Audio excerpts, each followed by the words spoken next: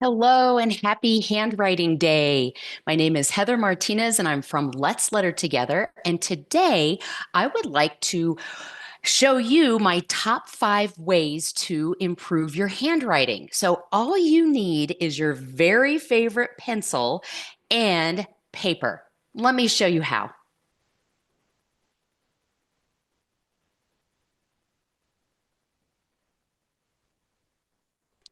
All right. So I'll be using my black wing pencil, one of my favorites, and the My Notepad by Neuland. Now, this notepad has grids, and I suggest that you either use lines or a grid paper to practice your handwriting.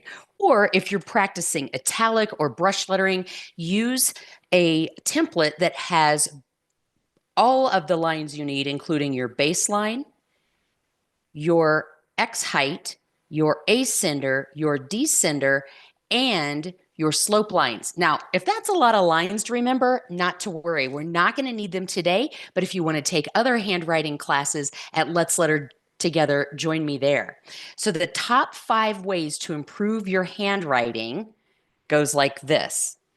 The first way is about form and shape. What form or shape do your letters take?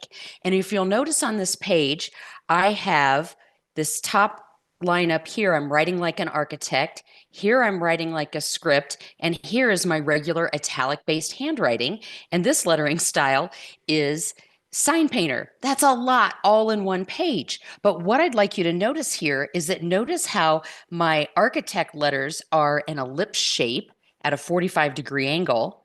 And I'm looking at my O's, and here's another O here for your, and this is script. So again, it's a little bit ellipse shaped at an angle. And then look at the A and the D, these are the counter spaces, and the G. And notice how that shape looks a little bit like a triangle. So if you are writing in italic, your shape is going to look like this. If it's going to be script, it's going to be very similar with a different stem.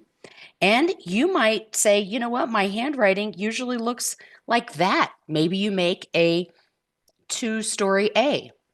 But what's really important is that you be consistent in whatever you do. Now, I'm showing you all of these different lettering styles just for fun. But if you were to write a letter, say, let's see, if you have your A here and you're going to write a D, you want that to be consistent along with your G. And say you're going to write the letter P, you want that to be consistent with your letter B.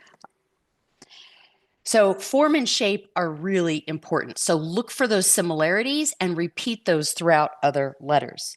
And then the second way to improve your handwriting is proportion. Now, this is all about what type of tool are you using for the job.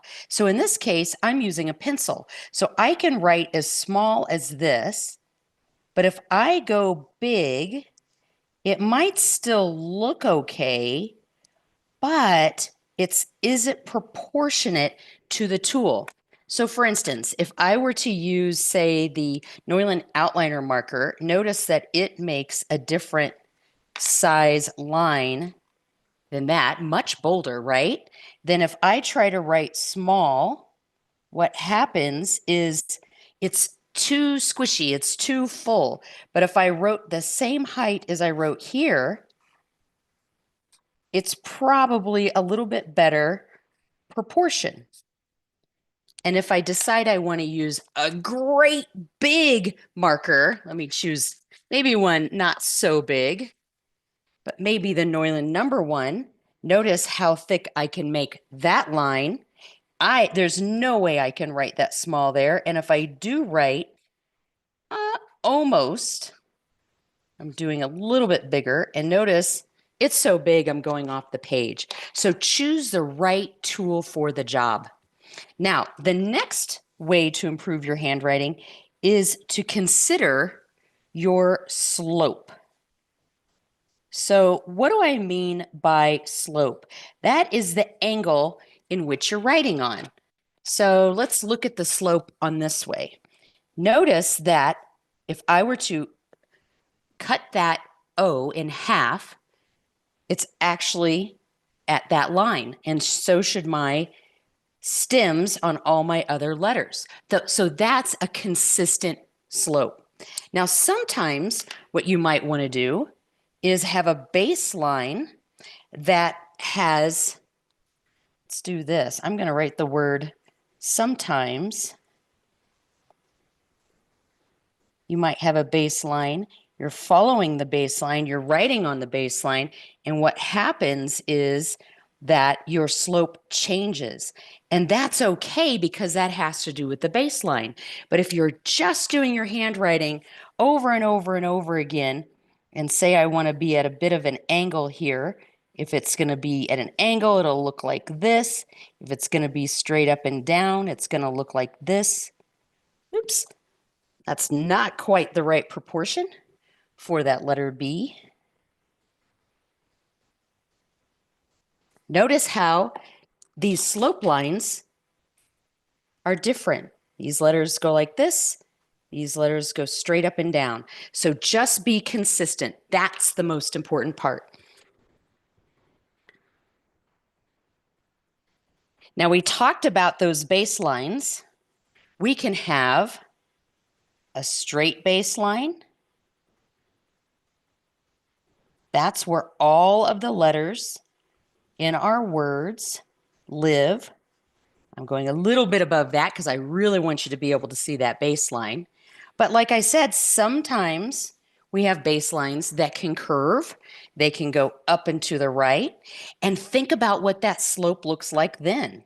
If I were to write an up and to the right and a baseline that's more straight, it's going to look like that. So think about how your baselines and your slope live in relationship to each other with your proportion and your shape. And then finally, the most important, and I have to say, this is the hardest thing to do because it takes a lot of, and I don't want to say practice, it takes a lot of experience. And that is going to be about your spacing. So let me give you an example of the two different types of spacing that we use. We can have what's called mechanical spacing.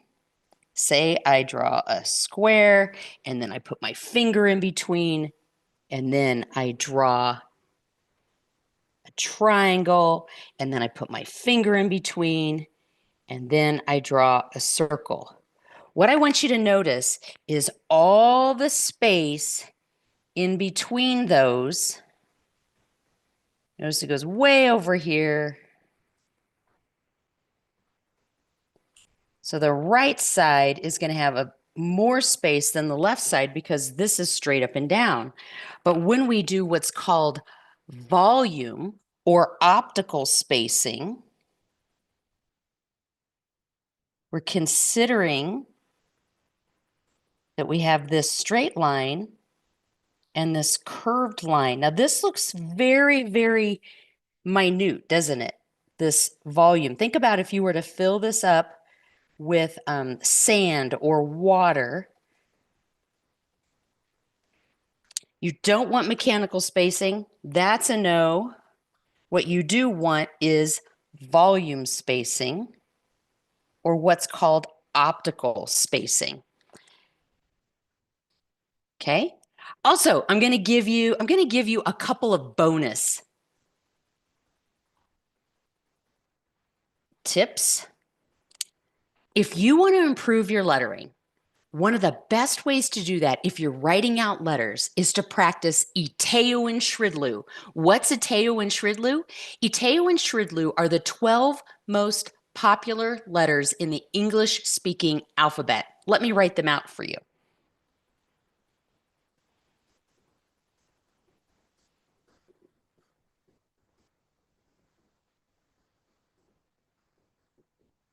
These are in order of popularity. So E is the most popular letter that's written in the English alphabet over and over again. So if you are practicing Iteu and Shridlu, not only do you have, because there's 26 letters in the alphabet, almost half of them you're writing better, but you're also practicing the ones that are used the most. So your handwriting will improve even better because of it. You'll want to practice them in uppercase, lowercase, and one of the biggest tips that I can give you is, again, going back to that consistency of form and shape, that once you start practicing these, start to look at how other letters look like them as well. We already identified that the A and the D and the G look alike, that the B and the P look alike, but look at your U and how does it look like your N and your H? Look at your T and maybe look at later on, look at your F.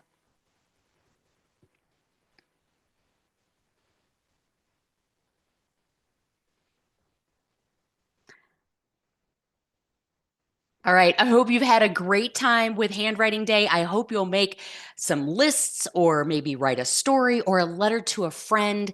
Please show me what you've done. Post it on social media or tag me or visit me at letslettertogether.com, where we're constantly lettering, always learning about letters and practicing our handwriting, our calligraphy, and our rapid capture for graphic facilitation. I hope to see you next time, and happy